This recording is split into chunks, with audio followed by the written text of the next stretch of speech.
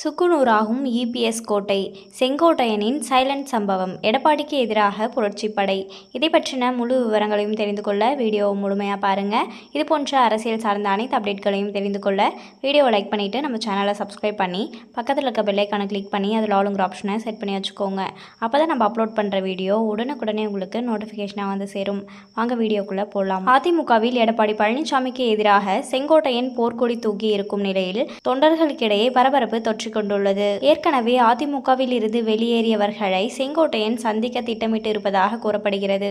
இது ஒரு புறம் இருக்க, தற்போது எடப்பாடி அணியில் இருக்கும் பல சீனியர்கள் செங்கோட்டையனை தொடர்பு கொண்டு பேசி வருவதாகவும் சசிகலாவை தலைமை ஏற்க அழைக்க இருப்பதாகவும் வெளியாகியுள்ள தகவல் கூடுதல் பரபரப்பை ஏற்படுத்தி இருக்கிறது. ஏறக்குறைய 2 ஆண்டுகள் அமைதியாக இருந்த அதிமுகவில் மீண்டும் அரசியல் புயல் வீச தொடங்கியிருக்கிறது.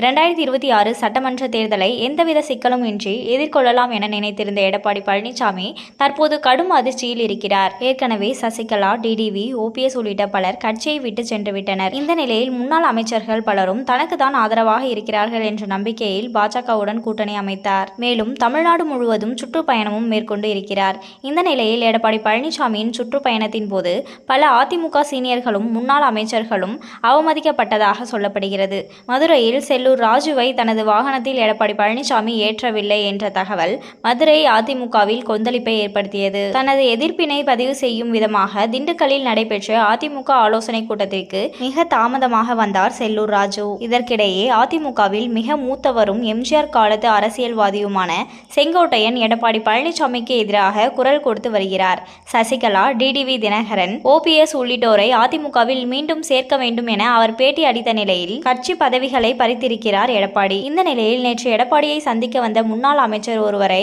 2 மணி நேரம் காக்க வைத்ததாகவும் சொல்லப்படுகிறது.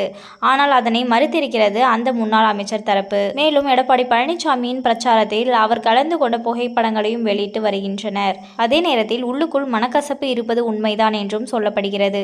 இது மட்டுமல்லாமல் செங்கோட்டையன் விவகாரத்தில் சில முன்னாள் அமைச்சர்கள் குறிப்பாக தங்கமணி, சி.வி. சண்முகம், அன்பழகன், ஜெயக்குமார் உள்ளிட்டோர் அமைதி காப்பதையும் கவனிக்க வேண்டும். தற்போது அதிமுகவில் பாஜக கூட்டணி வேண்டும் என்று சில முன்னாள் அமைச்சர்களும், பாஜக கூட்டணி வேண்டாம் என சில முன்னாள் அமைச்சர்களும், கட்சியில் சேர்க்க வேண்டும் என சில முன்னாள் அமைச்சர்களும் எடப்பாடிக்கு பிரஷர் கொடுத்து வருகின்றனர். மேலும் செங்கோட்டையனை நீக்கியதால் கொங்கு மண்டலத்தில் எடப்பாடி பழனிசாமியின் செல்வாக்கு சற்றே சரிந்துள்ளது உண்மைதான். இது ஒரு புறம் இருக்க, செங்கோட்டையனுடன் எடப்பாடி அதிருப்தி கோஷ்டியினர் தொடர்பில் இருப்பதாக சொல்லப்படுகிறது. இதை அடுத்துதான் டெல்லிக்கு பயணம் மேற்கொண்டு இருக்கிறார் செங்கோட்டையன் என்கின்றனர்.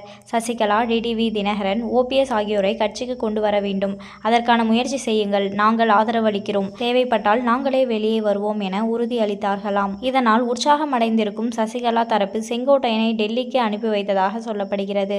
அதே நேரத்தில் இந்த விவகாரத்தில் பாஜகவின் நிலைப்பாடு என்ன என்பது தெரியவில்லை. அதிமுகவின் உட்கட்சி விவகாரம் என்பதால் நாங்கள் தலையிடவில்லை என நயினார் நாகேந்திரன் கூறியிருந்தாலும் முன்னாள் தலைவர் ஒருவரின் செயல்பாடுகளே அதிமுகவில் இந்த பிரச்சனைக்கு காரணம் என்கின்றனர். இதை பற்றின உங்களுடைய கருத்தை கமெண்ட்ல சொல்லுங்க. இது போன்ற அரசியல் சார்ந்த அனைத்து அப்டேட்களையும் தெரிந்து கொள்ள வீடியோ லைக் பண்ணிட்டு நம்ம சேனலை சப்ஸ்கிரைப் பண்ணிக்கோங்க. அடுத்து ஒரு இன்ட்ரெஸ்டிங்கான வீடியோவில் பார்க்கலாம். நன்றி.